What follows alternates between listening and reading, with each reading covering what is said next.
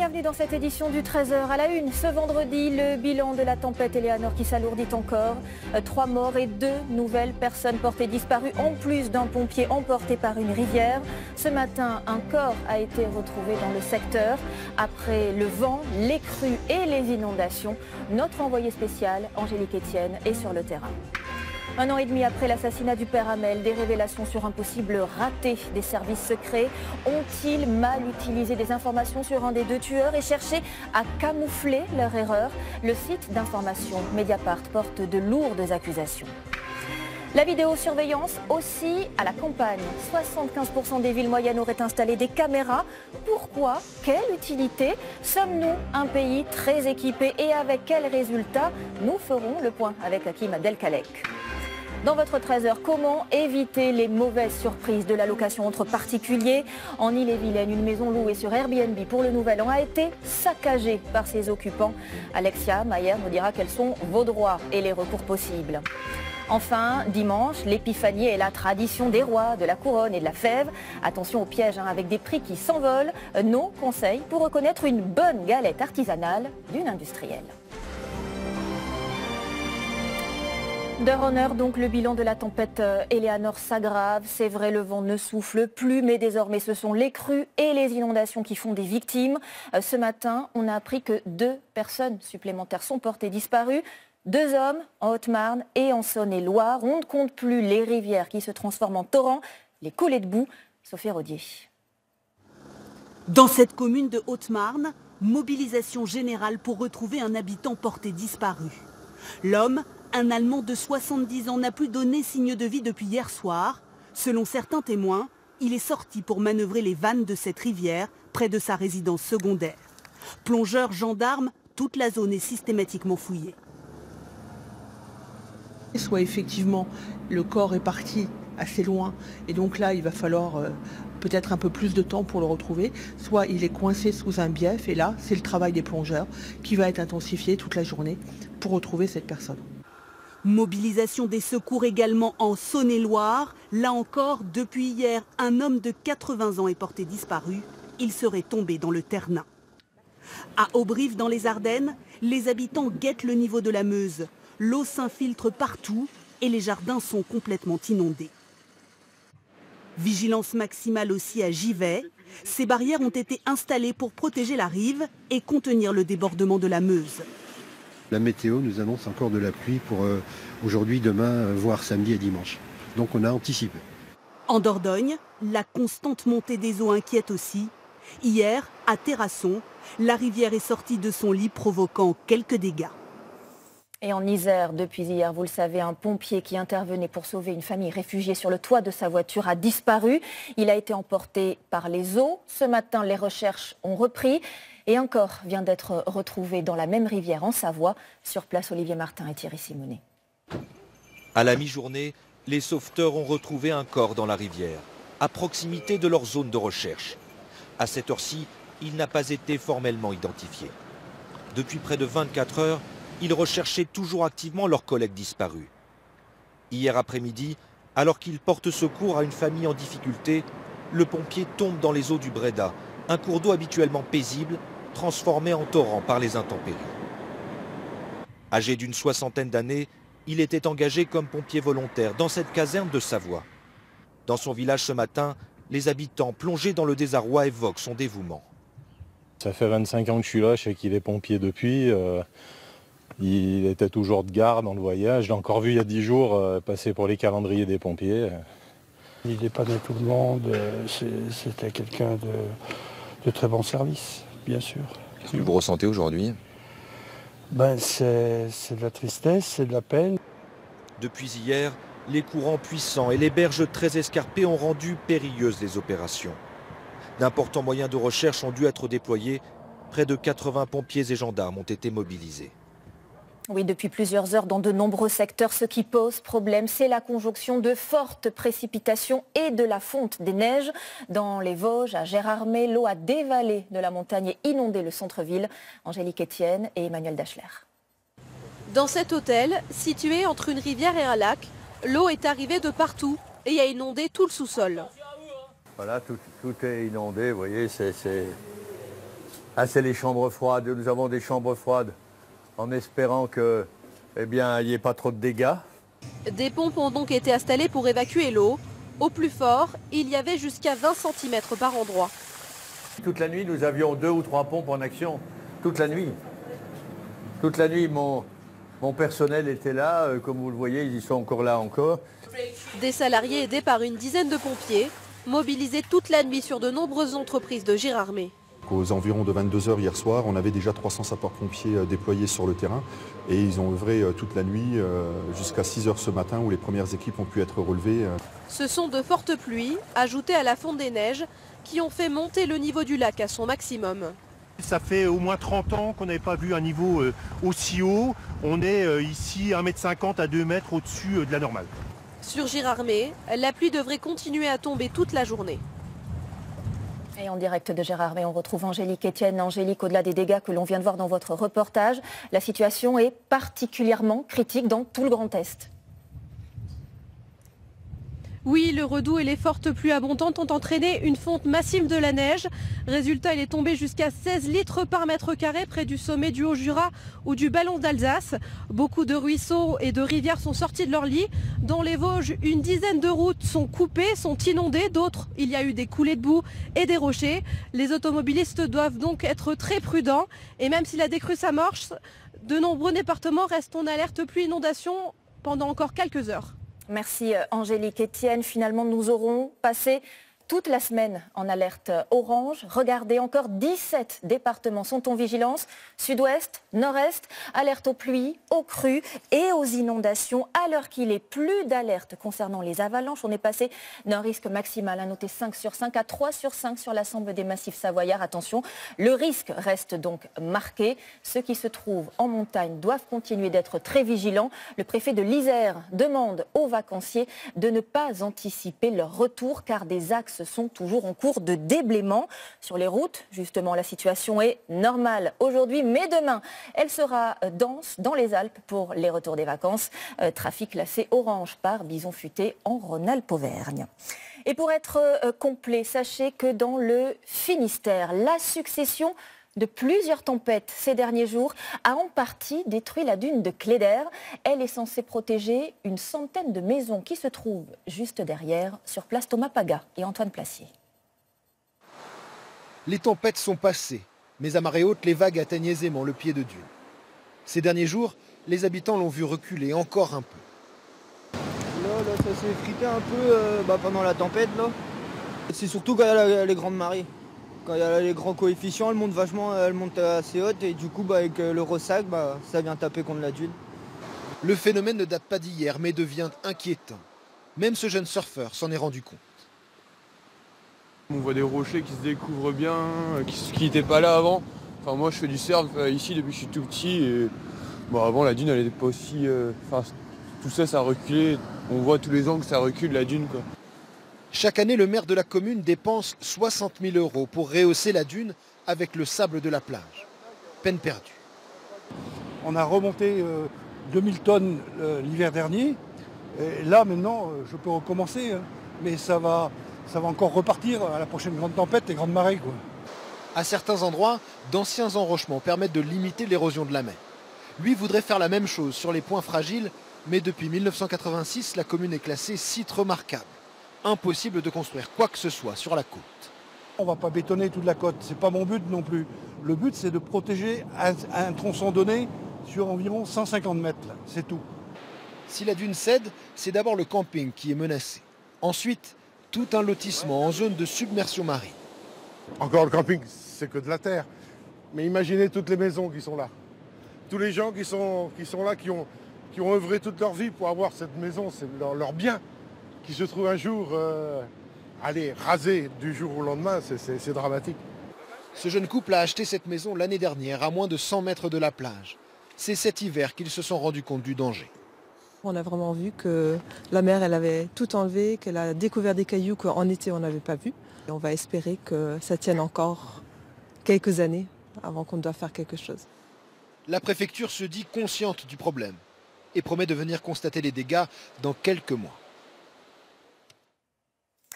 Ce vendredi, on reparle aussi du père Hamel, assassiné par 2 terroristes dans l'église de Saint-Étienne-du-Rouvray il y a 1 an et demi. Le site d'information Mediapart porte aujourd'hui de lourdes accusations. Les services secrets auraient mal utilisé des informations sur l'un des 2 tueurs qui avait annoncé son projet d'attaque sur Internet. Ils auraient aussi cherché à camoufler leur erreur. La préfecture de police dément. Tous les détails avec Clément Le Goff, Jérôme Bonny et Alain Locascio. C'est une enquête qui accuse les services de renseignement français. Selon cet article publié par Mediapart, le drame de Saint-Étienne-du-Rouvray, l'assassinat du père Hamel il y a 1 an et demi, aurait pu être évité. Nous sommes 5 jours avant l'attentat. Adel Kermiche et Abdelmalik Petitjean sont déjà tous les 2 connus des services de renseignement. Et à la DRPP, la direction du renseignement de la préfecture de police de Paris, un brigadier découvre des messages publiés par Adel Kermiche sur la messagerie Telegram. Des messages dans lesquels il laisse peu de doute sur ses intentions. Tu vas dans une église et tu déglingues tout le monde. Je ne sais pas moi, tu fais ce qu'il y a à faire et voilà. Ou encore, au jour d'aujourd'hui, les gens qui sont en France, je vous conseille de taper. Voilà, je le dis clairement, taper. Le brigadier s'alerte d'une possible attaque à venir. Il rédige aussitôt une note pour alerter sa hiérarchie. Une note censée être envoyée à la DGSI. Mais ce ne sera pas le cas, selon l'auteur de l'enquête. Le policier qui voit tout ça fait son travail tout à fait naturellement. C'est-à-dire qu'il fait une note qui doit transiter, être validée d'abord par tout un tas de filtres dans la hiérarchie interne de ce service pour être transmise après au service compétent. Sauf que là, nous sommes en vacances. Et donc, il va manquer une signature et la note ne sera jamais transmise. Ce matin, dans un communiqué, la préfecture de police se défend. Cette note, qui ne comportait pas de caractère d'urgence, a suivi le circuit habituel de validation, dit-elle. Autre accusation de Mediapart, les services auraient ensuite tenté de camoufler leur erreur. Quelques heures seulement après l'attentat, la note en question aurait été post-datée. Un agent de la préfecture de police explique. Oui, nos supérieurs ont bien essayé d'effacer les traces et ils l'ont mal fait. Il y a eu une tentative de rétropédalage, mais cela n'a pas marché comme prévu. Des accusations graves qui, ce matin, ravivent la douleur des habitants de Saint-Étienne-du-Rouvray. Le regret que certaines personnes n'ont pas fait leur travail. C'est votre sentiment? Oui. L'attentat aurait pu peut-être être évité. Et voilà, quoi. Après, on ne refera pas l'histoire et malheureusement, ce qui est arrivé, quoi, pour le père Jacques Hamel. Ce matin, l'un des avocats des parties civiles a annoncé son intention de déposer plainte. L'actualité également, c'est la visite polémique d'Erdogan à Paris. Le président turc est sur le point d'arriver pour déjeuner avec Emmanuel Macron à l'Elysée. Vous voyez cette image en direct de la cour. Guillaume Daré, vous êtes sur place. Les critiques fusent sur cette rencontre entre les 2 chefs d'État. Pourquoi Emmanuel Macron a tenu à recevoir ce dirigeant contesté? Va-t-il évoquer avec lui les sujets qui fâchent?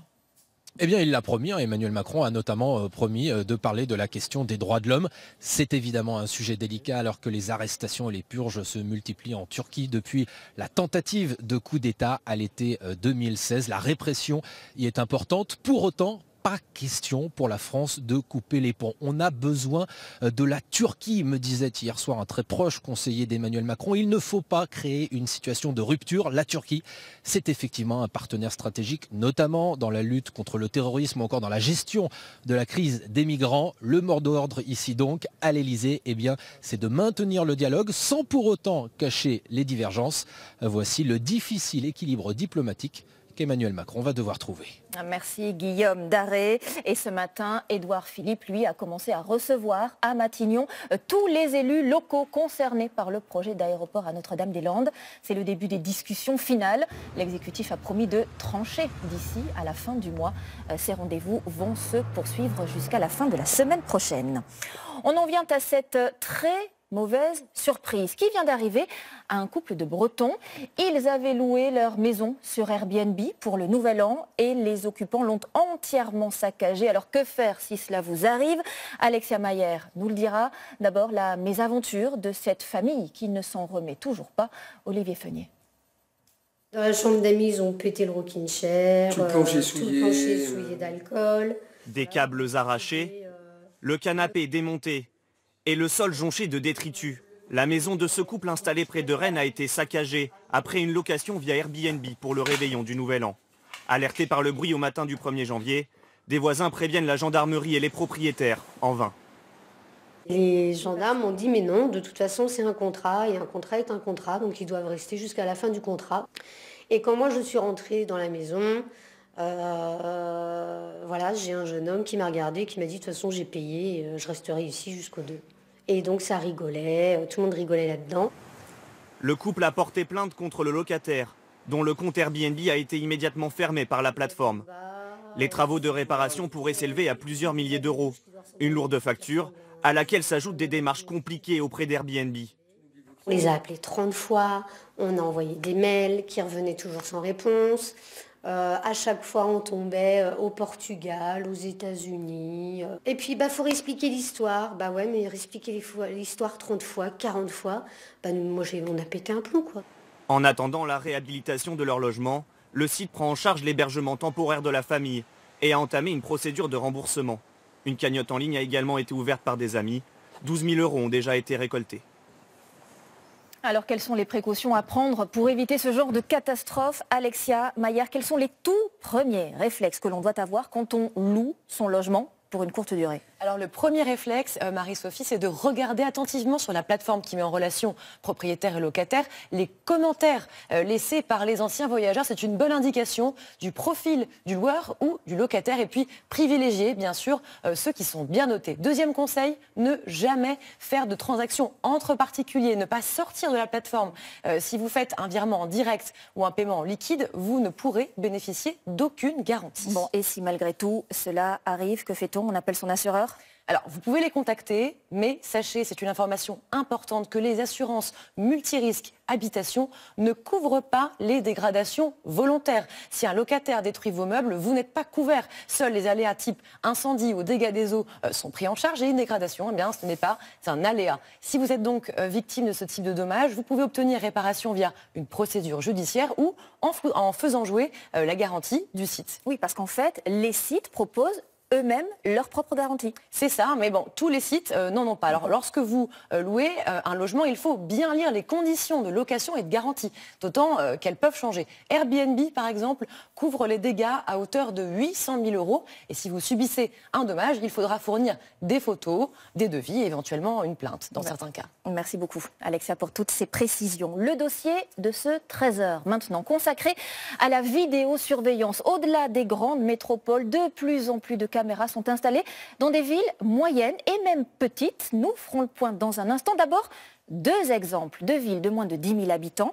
À l'heure où chaque euro compte, pourquoi ont-elles choisi de dépenser beaucoup d'argent pour s'équiper? Dans le Lot-et-Garonne, Alexia Maillard, Francis Mazoyer et Bernard Bonarme. Des caméras installées au coin des rues, dissimulées sous les toits. Elles scrutent, surveillent, comme ici à Tonins. 9400 habitants, 26 caméras. Une commune du Lot-et-Garonne où la vidéosurveillance 24 heures sur 24 apaise les commerçants, comme Sabine Tonin. C'est rassurant, forcément, parce qu'on sait que quand même il y a quelque chose qui nous protège. Ça dissuade, hein, quand ils savent qu'ils sont, même s'ils sont cagoulés, gantés, qu'ils ont tout prévu, ça perturbe quand même de savoir qu'on va te filmer. Hein. La majorité des habitants est satisfaite, d'autres sont plus dubitatifs. J'avais pas spécialement peur avant, mais en sachant qu'il y a des caméras maintenant, c'est vrai qu'on se dit qu'on a quand même, c'est un peu mieux. Oui. Je crois que c'est une ville vraiment très paisible. Voilà, moi je viens du nord de Paris, et quand on parle de l'insécurité à Tonins, moi ça me fait rigoler. La commune a dû investir plus de 400 000 € pour cette installation il y a 2 ans. Depuis, selon la mairie, délits et incivilités sont en baisse, un bénéfice pour les finances de la ville. Entre 40, 50, 60 000 € par an ne vont plus à la réparation de dégradation, déjà. Plus ce que l'on peut difficilement quantifier, c'est effectivement la petite incivilité des poubelles qui sont jetées dans les rues. Moins de dépôts sauvages d'ordures, moins de dégradation de l'espace public. Placer des caméras dans des petites communes, c'est un plus pour les enquêteurs. Dans les petites communes comme la nôtre, on connaît effectivement tout le monde. Donc effectivement, la personne est de suite repérée quand elle est sur les images. Comme le vol par exemple sur un distributeur de billets, voilà, on a reconnu la personne immédiatement. Voilà, et on a pu fournir l'information à la gendarmerie en lui donnant même carrément son adresse. Quelques kilomètres plus loin, à Aiguillon, des images de vidéosurveillance de la commune ont justement permis d'interpeller l'auteur du braquage de cette boulangerie au printemps dernier. Les miennes ne marchaient pas quand il y a eu le braquage, mais celles de la ville marchaient. Ça a fait qu'ils ont pu identifier par le biais des caméras de la ville le braqueur. Ici, 5 caméras, un coût de fonctionnement annuel de 2 000 €, intégré désormais au budget de plus de 5 millions d'euros de cette petite commune. Les problèmes des villes se déplacent dans les campagnes, oui, exactement. La petite délinquance nous touche. Les trafics, notamment de stupéfiants, ne nous sont pas étrangers. Et il nous faut réagir par rapport à tout ça. Un dispositif destiné aux 4 500 habitants. Les premières caméras ont été installées il y a 12 ans. Elles vont être perfectionnées dans l'année. Oui, même les petites communes donc s'équipent désormais de caméras de vidéosurveillance. Hakim Abdelkalek, longtemps le sujet a fait débat. Aujourd'hui, combien y en a-t-il précisément en France ? Alors on estime, Marie-Sophie, à peu près à 60 000 caméras de vidéosurveillance sur l'ensemble du territoire national. C'est un chiffre qui a doublé en 8 ans. Et à noter que les Français sont favorables au déploiement de ces caméras de vidéosurveillance, puisque selon différents sondages, 3/4 des Français sont pour. Alors on a vu dans le reportage, ça coûte cher. Combien en moyenne pour une caméra ? Alors, les prix varient énormément d'une ville à l'autre en fonction d'une série de paramètres techniques. Selon un rapport de la Cour des comptes de 2011, eh bien, le prix moyen d'une caméra, c'est de 7 000 et de 7 400 € par an. Ça comprend évidemment l'installation, l'exploitation et la maintenance de la caméra. Un coût auquel il faut ajouter également le salaire des agents qui regardent en permanence ces vidéos. Et alors, question importante, est-ce qu'on peut dire que c'est efficace en matière de prévention de la délinquance ? Alors, ça fait à peu près 30 ans que la vidéosurveillance se développe en France et ça fait à peu près 30 ans que la réponse est la même. Non, ce n'est pas vraiment efficace en termes de prévention de délits et de crimes. Les experts disent simplement en fait que ça ne fait que déplacer le problème, ça déplace la délinquance. Prenons un exemple, vous avez un trafic de drogue sur un square, vous installez des caméras de vidéosurveillance, eh bien ce trafic de drogue va être déplacé de plusieurs centaines de mètres. Pour beaucoup de spécialistes, c'est un instrument politique qui permet de rassurer la population. Et alors, est-ce que les caméras peuvent aider à résoudre des enquêtes ? Eh bien là aussi, le constat est assez nuancé. En réalité, le nombre de réquisitions demandées par la justice, demandées par les enquêteurs pour exploiter ces images est assez limité. Et en plus, la qualité généralement de ces images est assez faible. Donc c'est un outil parmi d'autres. Et le constat est partagé dans le monde entier. Nos amis britanniques qui ont 4 millions de caméras sur leur territoire eh bien, considèrent également que l'efficacité de la vidéosurveillance est assez limitée. Merci beaucoup, Hakim Abdelkalek. On poursuit avec la mise en place de la nouvelle règle des 11 vaccins obligatoires pour tous les enfants nés à partir du 1er janvier 2018. Ce matin, la ministre de la Santé, Agnès Buzyn, a tenu à faire de la pédagogie. Et nous avons rencontré, nous, des parents concernés dans une maternité. Catherine Rogerie et Isabelle Bachelard et Dominique Bonnet. Et plusieurs fois. Tristan est né il y a quelques jours. Il va recevoir non plus 3 mais 11 vaccins. Aucune inquiétude pour sa mère. On me dit que c'est le mieux, j'ai plutôt tendance... Alors est-ce que parce que je suis scientifique, je ne sais pas, mais j'ai envie de faire confiance aux docteurs et la communauté scientifique, et a fortiori médicale. Donc moi, oui, je ferai vacciner mon petit trésor Tristan. Expliquer, rappeler l'importance des vaccins, c'est la philosophie des médecins, notamment dans cet hôpital parisien. Si des parents aujourd'hui sont contre, il faudra qu'on fasse de la pédagogie pour leur expliquer le caractère obligatoire qui vient d'être passé et essayer de les convaincre que de toute façon ils n'ont pas le choix et que c'est de toute façon pour le bien de leur bébé et de la collectivité. En plus des 3 vaccins déjà obligatoires, s'y ajoutent depuis le 1er janvier ceux contre la coqueluche, la rougeole, les oreillons, la rubéole, l'hépatite B, l'hémophilus influenzae, le pneumocoque et le méningocoque C. Objectif, enrayer le retour de maladies aux conséquences parfois tragiques. Chaque année, certaines maladies réémergent et engendrent des hospitalisations, des handicaps sévères et des décès évitables chez des enfants ou des jeunes. Concrètement, entre 2 et 18 mois, l'enfant reçoit 10 injections. 6 rendez-vous suffisent grâce à l'utilisation de vaccins combinés. Ne pas vacciner son enfant ne constitue pas une infraction, mais les vaccins sont indispensables pour l'admission en crèche, à l'école et pour partir en colonie de vacances.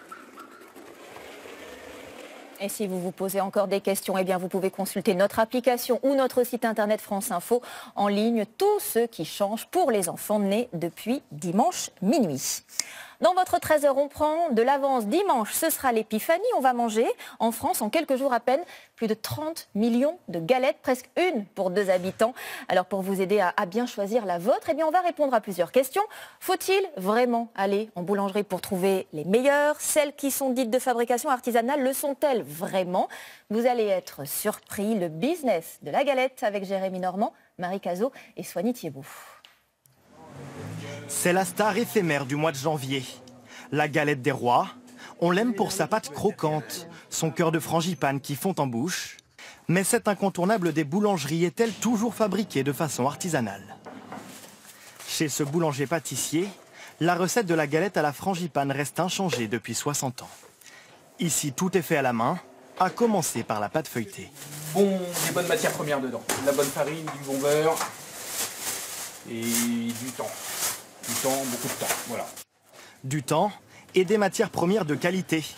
Pour confectionner sa frangipane, Philippe Demoulin utilise des amandes entières achetées 10 € le kilo. C'est cher, mais indispensable pour cet artisan. C'est un prix à payer, parce que tout ça, le client, il le ressent sur son ticket de caisse, mais au moins, il a un produit de qualité. Voilà. Un produit 100% fait maison, vendu 29 € pour une galette de 6 parts. Un prix justifié selon cette cliente. Oui, mais la qualité a un prix, je dirais. Ici, tout est bon, donc c'est intéressant. Puis c'est le plaisir du partage aussi, la galette. Mais les galettes des rois vendues en boulangerie sont-elles toutes confectionnées avec autant de soin? Difficile à vérifier car le sigle artisan boulanger garantit uniquement la fabrication sur place de la pâte à pain. Tous les autres produits, y compris les galettes, peuvent être fabriqués ailleurs. Nous avons interrogé plusieurs artisans boulangers sur la fabrication de leurs galettes. Face à notre caméra, une seule réponse. Ah oui, tout à fait, pâte feuilletée, la crème d'amande à l'intérieur. On fait tout de A à Z. Nous continuons notre sondage. Cette fois, nous filmons en caméra discrète. Elles sont à combien la galette de 6 personnes? Celle-là, elle est à 20, je sais plus, celle-là, elle est à 24 €. 24 €. C'est une galette artisanale? C'est une galette à la frangipane. Et c'est une galette artisanale? Non, elle est faite par notre boulanger. La vendeuse semble hésiter, sa collègue est plus précise. Donc elle est faite ici ou ailleurs? En fait, elle est faite dans le labo, tout ce qui est pâtisserie, galette, etc. Laboratoire, le terme surprend. Nous n'en saurons pas plus sur la fabrication de ces galettes. Certaines boulangeries achèteraient-elles leurs galettes déjà préparées, prêtes à cuire? Pour en avoir le cœur net, nous nous rendons chez un grossiste alimentaire. Nous filmons en caméra discrète. Bonjour. Ce vendeur nous conduit directement au rayon surgelé. Il y en a des boulangers qui en ont pris, ils nous ont dévalisé le stock. Il y en a beaucoup qui disent que c'est du fait maison et c'est pas du fait maison, vous voyez. Ah ouais. Il y en a beaucoup qui jouent sur ça. Et qui viennent les acheter ici. Exact. Ouais. On est tous bluffés. Donc, et qui vendent ça au prix de galettes fait maison. Exact. Selon le vendeur, ces galettes vendues ici 3,10 € l'unité peuvent se retrouver sur les étals des boulangers à plus de 15 €. Industriel ou artisanal, que valent vraiment ces galettes? Nous avons demandé à cette famille de gourmands de goûter à l'aveugle. Première dégustation, la galette industrielle. Je l'ai trouvée très sèche et j'ai pas trouvé le goût très prononcé. J'ai bien aimé le goût. À l'intérieur, c'était bon. Et un petit peu trop pâteux. Dans la bouche? Autour de la galette artisanale d'être testée. La pâte était plus croustillante et c'était bien meilleur, c'était beaucoup moins sec. Un vrai goût de frangipane, une vraie pâte feuilletée, c'est une vraie galette. Artisanale? Oui, sûr, artisanale, 100% sûr. Victoire sans réelle surprise, la galette artisanale remporte la couronne. Et après une galette bien riche, rien de tel qu'une bonne balade pour éliminer. C'est la suite de notre série de la semaine. En hiver, on peut redécouvrir des paysages bien connus sous un autre jour. Je vous propose de suivre Théo Soumont et Benoît Jourdan sur les sentiers du Luberon. Une randonnée pour percer les mystères du Luberon. C'est au départ de Cabrières-d'Aigues, petit village accroché au contrefort du massif, qu'un groupe s'apprête à remonter le temps. Premier arrêt, à moins 10 millions d'années. Qu'est-ce que c'est en fait? Des petits galets. Des petits galets. Dans quoi on trouve les galets normalement? Dans la rivière ou dans les lits de fleuves. Donc on avait des raies, des espèces de coquilles Saint-Jacques géantes qu'on appelle des gigantopectènes. Des fossiles aux falaises de calcaire. Un paysage grandiose se dévoile peu à peu sous leurs pieds. Il est assez facile de comprendre par quelques indices comment est organisée la géologie du Luberon, la plaine de Durance et comment ça s'est créé. Plus il monte dans le relief, plus on descend dans les âges géologiques. Jusqu'à moins 120 millions d'années devant le Mour-Nègre, le point culminant du massif du Luberon. Je suis épatée qu'on se retrouve maintenant à moins 120 millions d'années là. C'est vraiment extraordinaire. Maintenant, je vais avoir un œil différent quand je vais regarder une roche ou quand je vais regarder autour de moi les différentes stries. Il y a des rivières souterraines, il y a tout un monde qu'on ignore. Alors on peut passer devant sans le voir, mais si vous vous approchez, vous pouvez poser vos sacs. Au bord du chemin, une nouvelle découverte. Le reste d'un four à chaud creusé dans la roche, dans lequel on calcinait des blocs de calcaire.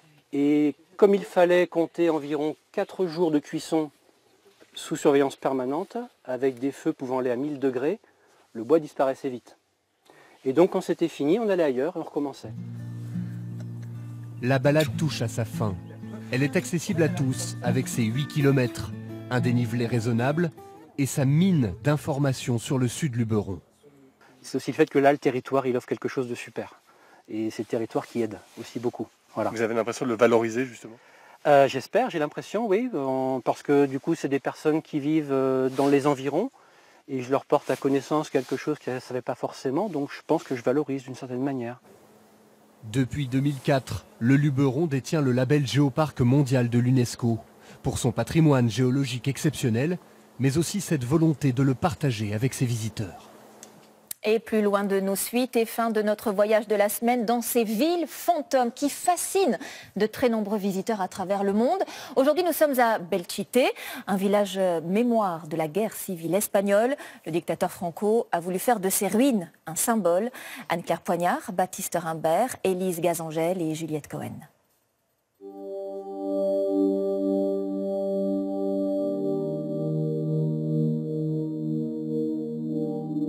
C'est une plongée dans les heures sombres de l'histoire.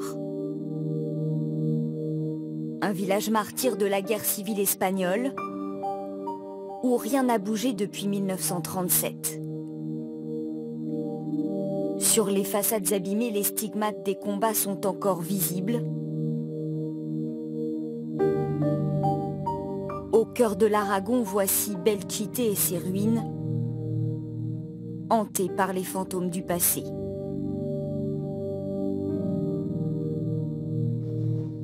Felisa Salvador avait 11 ans en 1937. Au bras de sa petite fille, elle revient dans les rues de son enfance. Il n'y avait pas d'électricité. Ma mère me disait, quand il commence à faire nuit, tu rentres à la maison. À 92 ans, les souvenirs sont intacts. Ça me remue de revenir ici, de revoir ma maison.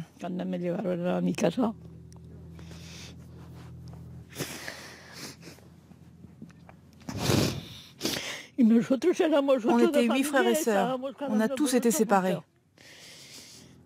Là, c'était la maison de la tante Maria. À chaque pas, une histoire à transmettre. Et l'ombre de la guerre, celle dont Felisa n'aime pas parler. Ses parents ont été arrêtés ici. Elle n'a jamais tout raconté. Jamais. Ça a été un désastre. 13 jours sans arrêt. J'entends encore les coups de fusil, le son des exécutions. Un village devenu lieu de mémoire. Fin août 1937, Belchite est bombardée. Les troupes du général Franco poursuivent la grande offensive déclenchée au début du mois de février. Les partisans de Franco affrontent les républicains espagnols. Avec une rapidité foudroyante et 13 jours de combat en pleine rue. 5000 morts. Les nationalistes sont en train de prendre l'avantage. À la fin de la guerre, Franco veut faire de ces ruines un témoignage, espérant dénoncer les exactions de ses adversaires et masquer les nombreux crimes commis par son propre camp. Le village est laissé en l'état. Depuis peu, des visites guidées ravivent la mémoire des lieux. Elles ont attiré 30 000 personnes l'an dernier. Voilà, on est à l'entrée de l'église. On ne va pas rentrer car le bâtiment est fragile. Mais comme vous le voyez, c'était très beau. La guerre n'a pas tout effacé. Dans ce qu'il reste de cette église, des fresques colorent toujours les murs. Un livre d'histoire à ciel ouvert que certains voudraient faire classer au patrimoine mondial. À Belchite, il y avait aussi 2 salles de danse. Une ici, l'autre là.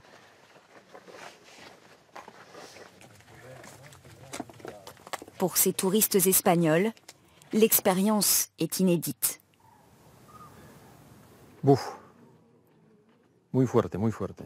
C'est fort, très fort. On voit ça nulle part ailleurs. Il y a encore les impacts des balles, les traces des bombardements. C'est impressionnant. Dans certaines maisons, on voit encore le carrelage des cuisines, des salles de bain. C'est comme si tout s'était arrêté d'un coup. Un patrimoine en péril, à l'épreuve du temps. Pour cet historien, il y a urgence à lancer des travaux de restauration. Vous voyez cette maison là-bas? Il y a un an, elle s'est écroulée. Aujourd'hui, ces ruines sont le témoignage le plus vivant qu'on ait de la guerre civile espagnole. Perdre ce village, ce serait un peu perdre notre histoire. Belchite a perdu ses habitants depuis longtemps, mais le village n'est pas éteint. Son histoire continue de vivre comme un rempart contre l'oubli. Et c'est la fin de ce journal. Merci à vous de l'avoir suivi. Tout de suite, la météo d'Anaïs Baïdemir à 20h. Laurent Delahousse. Je vous souhaite un très bon après-midi, un bon week-end et je vous dis à lundi.